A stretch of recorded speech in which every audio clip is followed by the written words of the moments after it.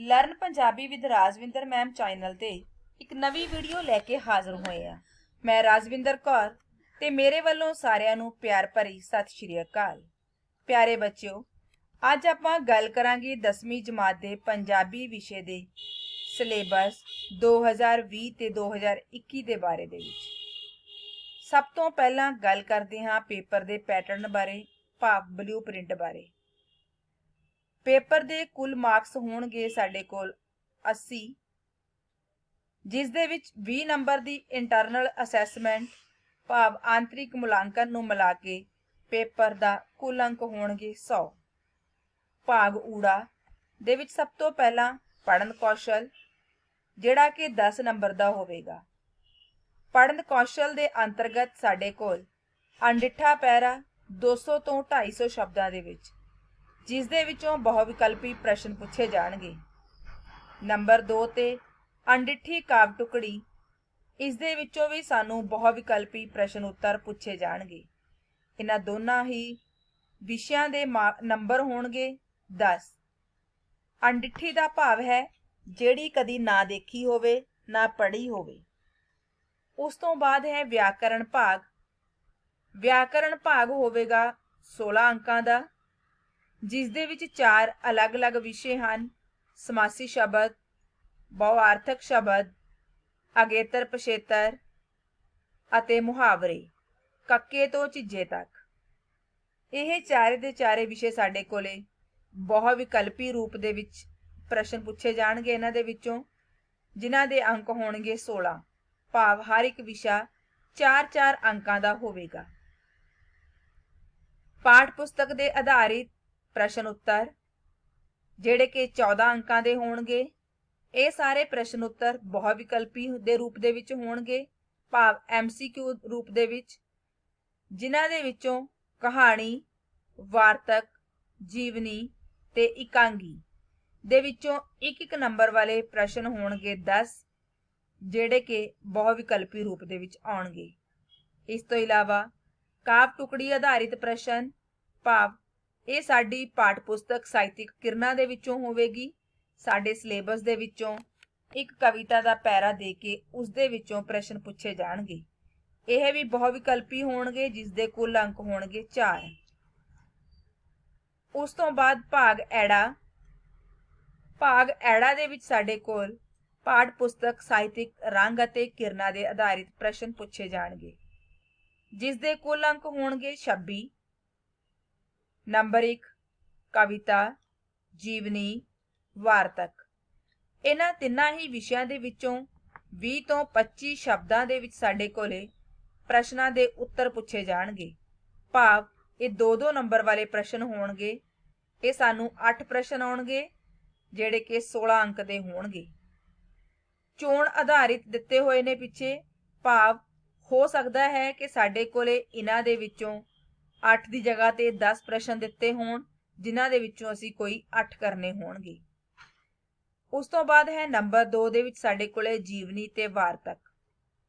ਇਹਨਾਂ ਦੋਨਾਂ ਹੀ ਵਿਸ਼ਿਆਂ ਦੇ ਵਿੱਚੋਂ 40 ਤੋਂ 50 ਸ਼ਬਦਾਂ ਦੇ ਵਿੱਚ ਪ੍ਰਸ਼ਨਾਂ ਦੇ ਉੱਤਰ ਪੁੱਛੇ ਜਾਣਗੇ। 5 ਅੰਕ ਦਾ ਪ੍ਰਸ਼ਨ ਹੋਵੇਗਾ ਜੀਵਨੀ ਜਾਂ ਵਾਰਤਕ ਦੇ ਵਿੱਚੋਂ। ਇਹ ਵੀ ਚੋਣ ਆਧਾਰਿਤ ਹੈ, ਭਾਵ ਇੱਕ ਪ੍ਰਸ਼ਨ ਜੀਵਨੀ ਦਾ ਤੇ ਇੱਕ ਵਾਰਤਕ ਦਾ ਹੋਵੇਗਾ।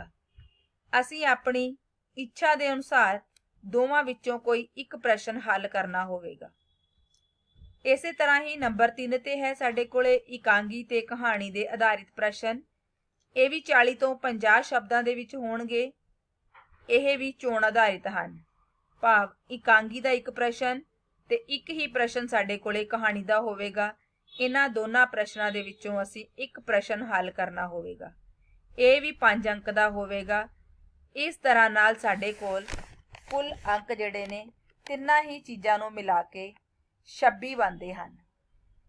ਸੋ ਪਿਆਰੇ ਬੱਚਿਓ, 26 ਅੰਕ ਦੇ ਸਾਡੇ ਕੋਲੇ ਵੱਡੇ ਪ੍ਰਸ਼ਨ ਉੱਤਰ ਤੇ 14 ਅੰਕ ਦੇ ਸਾਡੇ ਕੋਲੇ ਬਹੁ ਵਿਕਲਪੀ ਪ੍ਰਸ਼ਨ ਉੱਤਰ ਸਾਹਿਤਿਕ ਰੰਗ ਤੇ ਕਿਰਨਾਂ ਦੇ ਵਿੱਚੋਂ ਪੁੱਛੇ ਜਾਣਗੇ, ਜਿੰਨਿਆਂ ਕਿ ਸਾਡੇ ਕੋਲੇ ਦੋਵਾਂ ਨੂੰ ਮਿਲਾ ਕੇ ਕੁੱਲ ਅੰਕ 40 ਬਣਦੇ ਹਨ। ਭਾਵ 40 ਨੰਬਰ ਦੀਆਂ ਸਾਡੇ ਕੋਲੇ ਦੋਵੇਂ ਹੀ ਪਾਠ ਪੁਸਤਕਾਂ ਸਾਹਿਤਿਕ ਰੰਗ ਤੇ ਕਿਰਨਾਂ ਹੋਣਗੀਆਂ ਤੇ 40 ਨੰਬਰ ਹੀ ਸਾਡੇ ਕੋਲੇ ਵਿਆਕਰਣ ਪਾਠ ਪੁਸਤਕ ਦੇ ਹੋਣਗੇ। ਉਸ ਤੋਂ ਬਾਅਦ ਭਾਗ ਐੜਾ ਦੇ ਵਿੱਚ ਹੈ ਸਾਡੇ ਕੋਲੇ ਪ੍ਰਭਾਵਸ਼ਾਲੀ ਲਿਖਣ ਕੌਸ਼ਲ, ਜਿਸ ਦੇ ਕੁੱਲ ਅੰਕ ਹਨ 14। ਇਸ ਦੇ ਅੰਤਰਗਤ ਹਨ ਸਾਡੇ ਕੋਲੇ ਲੇਖ ਰਚਨਾ, ਵਿਚਾਰ ਪ੍ਰਧਾਨ ਤੇ ਆਮ ਵਿਸ਼ੇ ਨਾਲ ਸੰਬੰਧਿਤ ਲੇਖ, ਜਿਹੜੇ ਕਿ ਅਸੀਂ 200 ਤੋਂ 250 ਸ਼ਬਦਾਂ ਦੇ ਵਿੱਚ ਲਿਖਣੇ ਹੋਣਗੇ। ਸਾਨੂੰ ਪੇਪਰ ਦੇ ਵਿੱਚ ਕੁੱਲ 3 ਲੇਖ ਦਿੱਤੇ ਹੋਣਗੇ, ਜਿਹੜੇ ਕਿ ਨੁਕਤਿਆਂ ਦੇ ਆਧਾਰਿਤ ਹੋਣਗੇ, ਜਿਨ੍ਹਾਂ ਦੇ ਨੁਕਤਿਆਂ ਨੂੰ ਅਸੀਂ ਐਕਸਪਲੇਨ ਕਰਦੇ ਹੋਏ ਲੇਖ ਦੀ ਰਚਨਾ ਕਰਨੀ ਹੋਵੇਗੀ।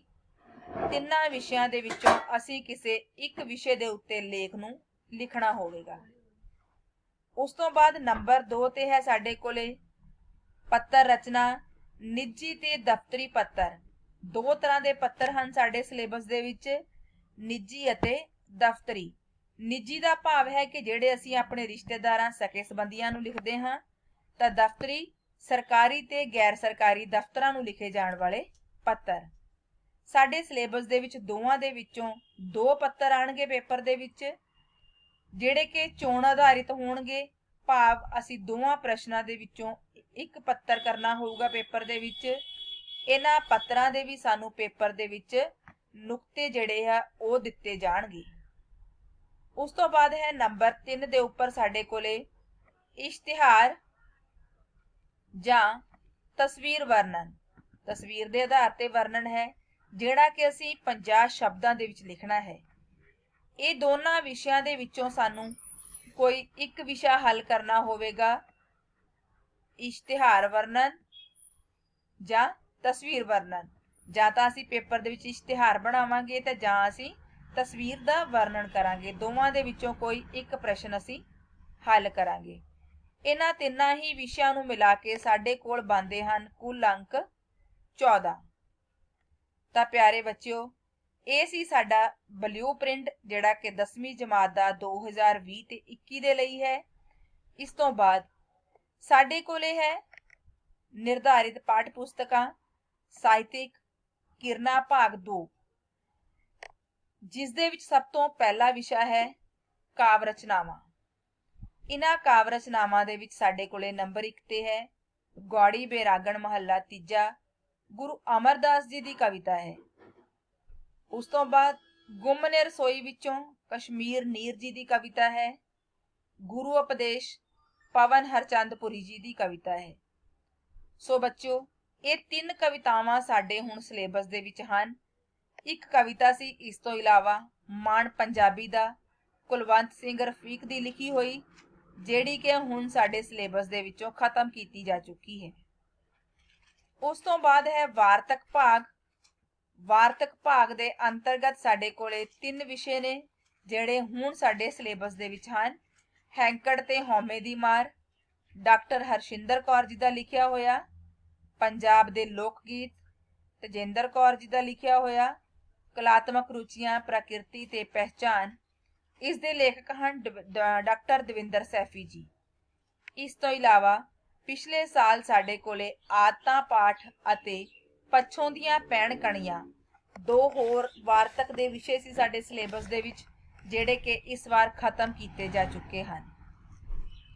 ਸੋ ਬੱਚਿਓ, ਉਸ ਤੋਂ ਬਾਅਦ ਹੈ ਸਾਡੇ ਕੋਲ ਸਾਹਿਤਿਕ ਰੰਗ ਪਾਠ ਪੁਸਤਕ ਭਾਗ 2, ਜਿਸ ਦੇ ਵਿੱਚ ਪਹਿਲਾ ਵਿਸ਼ਾ ਹੈ ਕਹਾਣੀਆਂ। ਕਹਾਣੀਆਂ ਦੇ ਵਿੱਚੋਂ ਮੈਂ ਕਿਸੇ ਤੋਂ ਘੱਟ ਨਹੀਂ, ਡਾਕਟਰ ਦਰਸ਼ਨ ਸਿੰਘ ਆਸਟ ਜੀ ਦੀ ਲਿਖੀ ਹੋਈ ਹੈ। ਈਅਰਫੋਨ ਬਲਵਿੰਦਰ ਸਿੰਘ ਸੋਢੀ, ਦੁਸ਼ਮਣੀ ਬਲਵਿੰਦਰ ਸਿੰਘ ਬਰਾੜ। 3 ਕਹਾਣੀਆਂ ਹਨ ਸਾਡੇ ਸਿਲੇਬਸ ਦੇ ਵਿੱਚ। ਇਕਾਂਗੀ ਬੇਬੇ ਰਾਮ ਭਜਨੀ ਪ੍ਰੋਫੈਸਰ IC ਨੰਦਾ ਦੀ ਲਿਖੀ ਹੋਈ ਹੈ, ਇਹ ਸਾਡੇ ਸਿਲੇਬਸ ਦੇ ਵਿੱਚ ਹੈ। ਇਸ ਤੋਂ ਇਲਾਵਾ ਜੀਵਨੀਆਂ ਬੀਬੀ ਭਾਨੀ ਜੀ, ਜੋ ਕਿ ਇਸ ਦੇ ਲੇਖਕ ਹਨ ਸੁਖਵਿੰਦਰ ਕੌਰ ਜੀ। ਇਸ ਤੋਂ ਇਲਾਵਾ ਉਡਣਾ ਸਿੱਖ ਮਿਲਖਾ ਸਿੰਘ ਪ੍ਰਕਾਸ਼ ਸਿੰਘ ਗਿੱਲ ਜੀ ਦਾ ਲਿਖਿਆ ਹੋਇਆ ਹੈ। ਨੰਬਰ 3 ਅਣਥੱਕ ਵਿਗਿਆਨੀ ਡਾਕਟਰ ਅਬਦੁਲ ਕਲਾਮ ਡਾਕਟਰ ਪ੍ਰਿਥਵੀ ਰਾਜ ਥਾਪਰ ਜੀ ਦਾ ਲਿਖਿਆ ਹੋਇਆ ਹੈ।